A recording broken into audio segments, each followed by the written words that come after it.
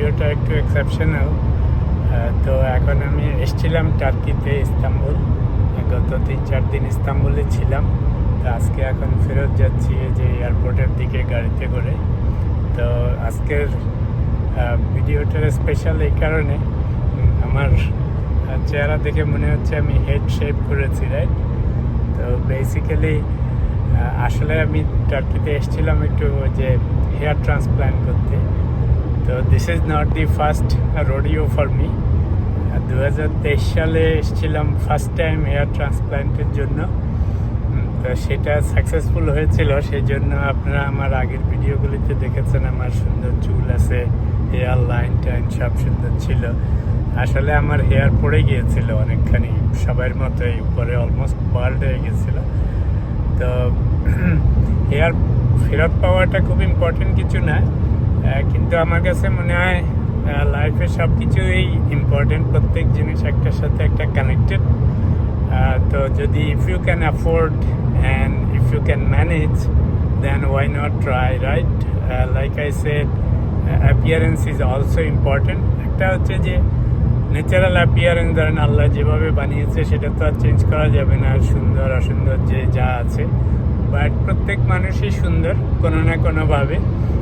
যদি আপনি কনফিডেন্ট থাকেন, সুন্দর করে থাকেন, তাহলে কালো হোক, সুন্দর হোক, ফর্সা হোক, ডাজেন্ট ম্যাটার, সব মানুষই সুন্দর নিজস্বভাবে। তো 2023 সালে যখন শুনলাম যে হেয়ার ট্রান্সপ্ল্যান্ট করা সম্ভব এবং এখনকার দিনে এটা খুব সাকসেসফুল হয়, তো I thought why not give it a try.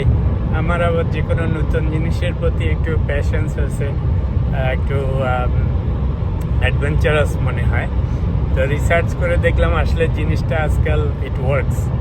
তো পরে যোগাযোগ করে সাহস করে একলাই কানাডার থেকে টার্কি এসে প্রথমবারের মতো হেয়ার ট্রান্সপ্ল্যান্ট করে গেলাম। Obviously it's a tough thing, খুবই tough experience, painful, but last 2 years it was extremely happy feeling. I was so happy. You guys saw my beautiful hairline and natural hair, and it's my own hair. Etar সবচেয়ে সুবিধা হচ্ছে it grows. I used to get haircut every 2-3 weeks, and it's fantastic. It's like super natural hair because this is my hair. It comes from back and they implant it.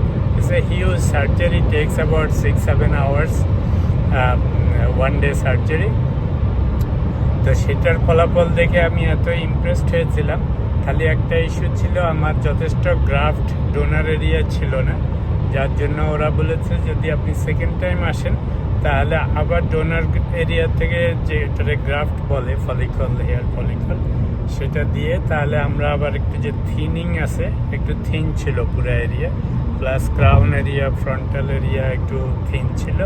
তো বলছে আপনি যদি আবার আসেন তাহলে আমরা আপনাকে সেকেন্ড টাইম করে দিলে আরও ঠিক হবে, ডেন্সিটি বাড়বে। তো আই থট আমার এইজ অনুসারে বা যে গ্রুয়েলিং এক্সপিরিয়েন্স প্রবাবলি হবে না। তা আমি গতবারই বলেছিলাম যে ভাই আমি আর আসতে পারবো কি জানি না, তো তোমরা আমার ফুল কাভারেজ করে দাও, একটু থিন হইলেও অসুবিধা নেই, শুধু সামনে বিউটিফুল হেয়ার লাইন করে দিও যাতে দেখলে সুন্দর দেখা যায়। তো they did a fantastic job. The last 2 years I was so happy, and I thought, you know what, I'll give it a second try. I'm a crazy person, you guys know. If I like something, if I want to do something, no matter how hard it is, how difficult it is, I never give up. So anyways, তো এইবার আবার চিন্তা করলাম না, give it a last try. তো কয়েকদিন আগে আবার যোগাযোগ করে ওদের সাথে আসলাম। লাকিলি এবারে ক্লিনিকটা খুবই বড় hospital, Memorial hospital, fantastic, very big hospital, I love them, facilities and the services, everything fantastic. So এইবার এসে তা আবার সেই সেকেন্ড টাইম ট্রান্সপ্ল্যান্ট করলাম। এবার হচ্ছে মোস্টলি ডেন্সিটি বাড়ানো, plus crown and frontal area একটু থিন ছিল, লাইট হেয়ার ছিল, তো সেগুলি করার জন্য। তো at the same time hair না ফেলে দিয়েও করা যেত, কিন্তু আমি বলেছি যে না, করবো যখন ওই শেপ করে করলে বেটার হয়। আমি বলছি না, শেপ করে ফেলো, করে পুরাটা আবার সুন্দর করে দাও। আর এই যে সামনে যে হেয়ার লাইনটা, এটাও আর একটুখানি রিইনফোর্স করে দেওয়া যাতে খুব সুন্দর থাকে। তো যাই হোক, করেছি, অনেক কষ্ট হয়েছে। 2 দিন আগে সার্জারি হয়েছে। সার্জারির দিন সকাল 8:10-এ এসে হোটেল থেকে পিক আপ করে নিয়ে গেছে, সন্ধ্যা 6টায় ফেরত দিয়ে গেছে। তো অলমোস্ট 7-8 ঘন্টা একটানা সার্জারি হয়েছে। It's a day surgery because donor area থেকে হেয়ার এক্সট্রাক্ট করা অ্যান্ড দেন ইমপ্ল্যান্ট করা, it takes time. anesthesia there is really painful, but you know what, বাংলায় বলে কষ্ট না করলে কেষ্ট মেলে না। I was so impressed. It's so natural, unbelievably natural. It's my own hair, it grows like natural hair, so it is absolutely fantastic. তো যদিও অনেক কষ্ট হয়েছে, তবে সুখের বিষয় হচ্ছে যে ফার্স্ট টাইমে যে পরিমাণ কষ্ট পেয়েছি এইবার অতটা কষ্ট হয়নি। যদিও সিমিলার এক্সপিরিয়েন্স সেমই করেছে। তা আমার ধারণা লাস্ট টাইম যেহেতু I didn't know what is coming next, so I was more fearful, right? সেই জন্য হয়তো কষ্টের পরিমাণ বেশি হয়েছে। তো এইবার যেহেতু প্রসেসটা আমি জানি, তো আল্লাহর রহমত অত কষ্ট হয়নি। দেখতেই পাচ্ছেন, still I am smiling big. It's good, but of course head is hard, it's like a stone rock. Backside is really painful, but I'm happy that I went through this.